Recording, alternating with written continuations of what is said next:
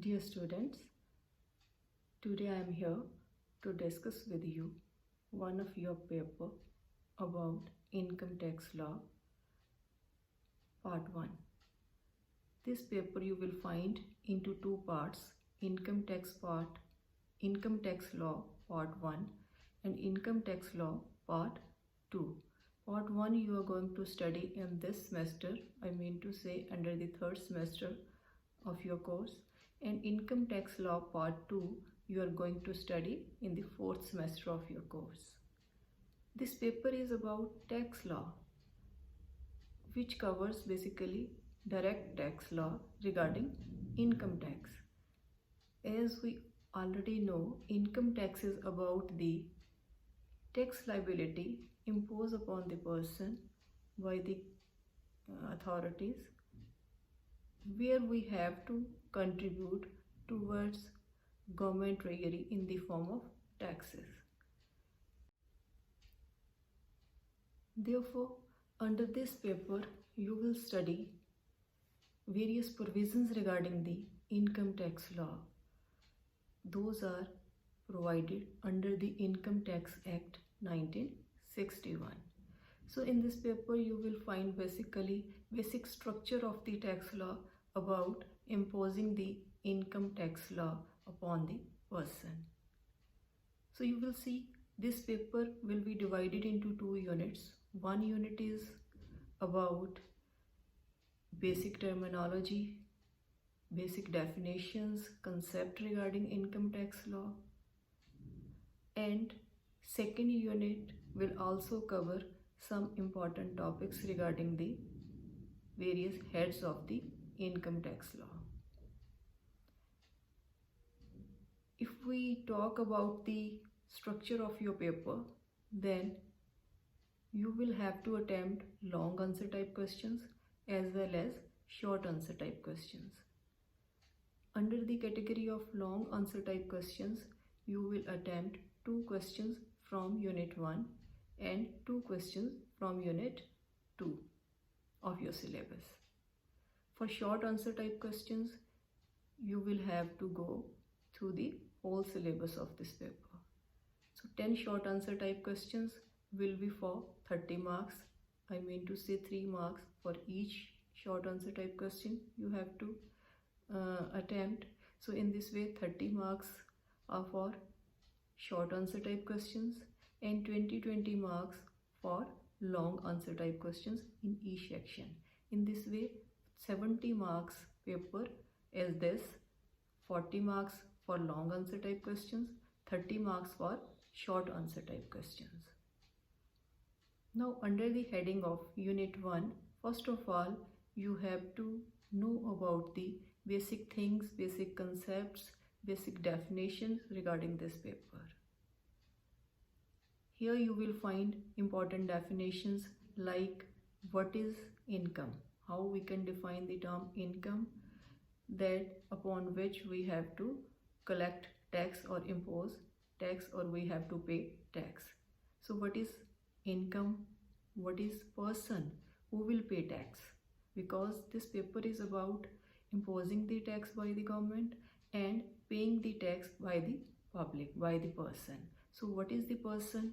Here under the category of person we have to consider individuals assessee as well as partnership firms, companies, local authorities, cooperative societies, association of persons, body of individuals.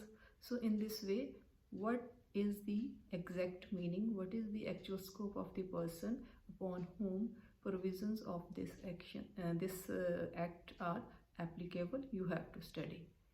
Next, another important definitions like financial year, assessment year, previous year, nature of the income, foreign income, what do you mean by Indian income, how we can define, how we can distinguish these two type of incomes. So in this way, in the start of this paper, you first of all you must be know about the basic terminology regarding the paper, and at the next day you will find basis of charge. Next topic is about basis of charge. Basis of charge of taxes mean to say on what basis, up to what extent burden of taxes one person has to bear. So what are the basis for that? So here you will see two types of basis. In brief, I'll tell you. One is about residential status of the person. We are talking here about the income tax law, income tax to Indian income tax law. It means residential status one has to be clear from Indian point of view. According to Indian residential status, burden of tax will be decided how much tax I will have to pay. And second thing is the nature of income upon which I have to pay tax. That income will be Indian income or it's foreign income. So these are the two bases. Collectively, by considering these two bases, burden of tax has to decide upon the person. So next topic you will see exempted incomes. Earlier I have said that every person has to pay tax upon the income. But exempted incomes are against to this. No doubt, definition, as per definition, income is taxable. If I have income, I have to pay tax upon that. But some categories are also defined under section 10 that upon these incomes, tax is not applicable. So such kind of incomes we categorize under the heading of exempted incomes. So here you will see list of the incomes. Those are exempted as per the provisions of the tax. Then at the next stage, under this syllabus you will find various heads of the income. Every income is taxable. So to simplify the provisions of this act, these incomes are divided into 5 heads. One head is about salary head. Second head is about house property head. Under third head, incomes from business and profession will be considered. Under the fourth head, capital gain based transactions are taxable. So this head is about capital gain tax. And fifth head is about income from other sources. In this way, you will see first 4 heads are connected with the particular type of nature of the income. Salary income under the salary head. House property based income under the second head, house property head. Business and profit gain based income, you will be taxable for that under the third head. Then fourth head is about capital gain tax. But fifth head is about income from other sources. So here any other kind of source of income which is not covered under these 4 heads are taxable as per the provisions provided under the fifth head of income from other head. So in this way, every type of income is taxable according to the provision of the Income Tax Act, except these incomes are exempted incomes. In this case, incomes are not taxable. These heads based topics you will see under unit 1 and under unit 2 also. So these heads based provisions, rules, regulations you will study under this syllabus. This paper is about, basically focus of this paper is about computation of tax liability of the person. How we can calculate the tax amount, final tax liability of the person. For this you need 2 things. First of all, you will need taxable income of the person. What is the taxable income? What is the total amount of the income which is taxable as per Income Tax Act? So 80-90% whatever you will learn, you will do in this paper is about calculating, finding out the taxable income of the person. After finding the final taxable income of the person, at the next stage you have to apply rates of income tax. Those are provided every year under the Finance Act by the Finance Ministry. In this way you will see 80-90% you will learn how to compute taxable income of the person by considering these two instruments which I have already mentioned, and at the next stage you have to apply those income tax rates upon the taxable income. Then finally you will find the final tax amount of the person by applying the income tax rates upon the taxable income of the person.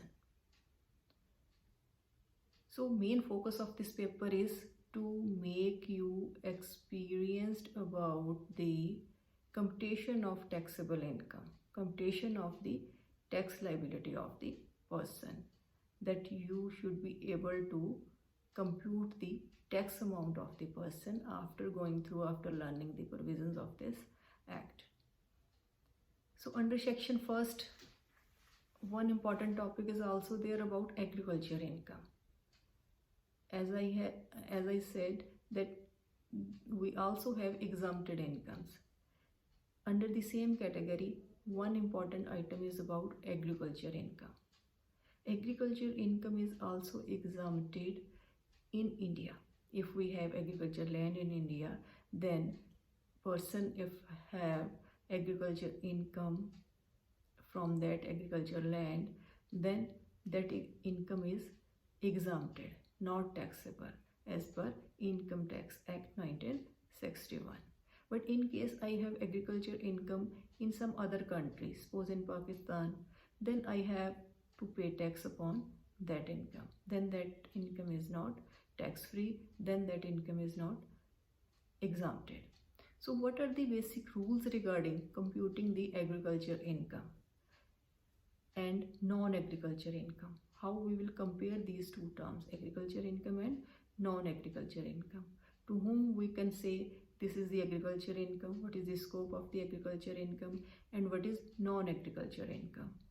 So this distinguish we need to compute agriculture income, which is tax free, and to compute the non-agriculture income, which is not tax free, which is taxable. So this is also one of the important topic you will see in your unit 1 of this syllabus. Then after the 5 heads of the incomes, 2 topics are also important. Those are mentioned under unit 2 of your syllabus. Set off and carry forward of losses, mean to say, if in case I have losses, not income in particular year, then I also have possibility to settle those losses with the other incomes of the same year, or previous year based losses I will be able to settle with the income of this particular year or income of the subsequent years. Settle mean to say equal to the amount of losses, income upon which I have to pay tax. Now I no need to pay tax. Mean to say I am able to set off the losses with that income. In case I have no profit to set off the whole amount of losses of the previous year or current year with the current year income, then that losses I will carry forward for the subsequent years, for the coming years, to settle with the income of those years. So regarding this topic is about set off and carry forward of losses. So in this way you can say, not we are only liable to pay taxes upon the income of the person. In case we don't have income, then we also have provisions to not to pay tax, or even not to pay tax upon the amount of the income which is equal to the amount of the losses. And under the next topic is about clubbing of income. You will see provisions of this act against to this set off and carry forward of losses. Here in case person want to avoid taxes, want to evade taxes, not want to pay tax upon his her income, then with this intention, in case I pass on my income or asset of the income to somebody else with the intention to pass on the tax liability upon that person, then it is not possible, because according to the rules provided under this act, I have to pay tax upon such kind of transactions also, because which income I pass on, I transfer to somebody else with the intention to avoid taxes, that income will be clubbed with my other incomes. So again I have to pay tax upon that income. So what are the rules regarding clubbing of income? You will be going to study under this topic. And what are the rules for setting off the losses and carry forward of the losses? You will study under this another topic. So in this way, this paper is about computation of taxable income of the person and finally find out the tax liability of the person. In this paper, half of the provision you can say those are important, those are connected with the computation of taxable income and tax amount of the person you will study, and further more provisions are also there regarding the computation of the income, which you are going to study in the fourth semester based syllabus of this paper. This is all about the brief introduction about this paper. So now hopefully you are able to understand the basic purpose, basic structure of this paper. So now I welcome all of you in a department. Come and attend PCP and ask whatever you want to ask. Thank you.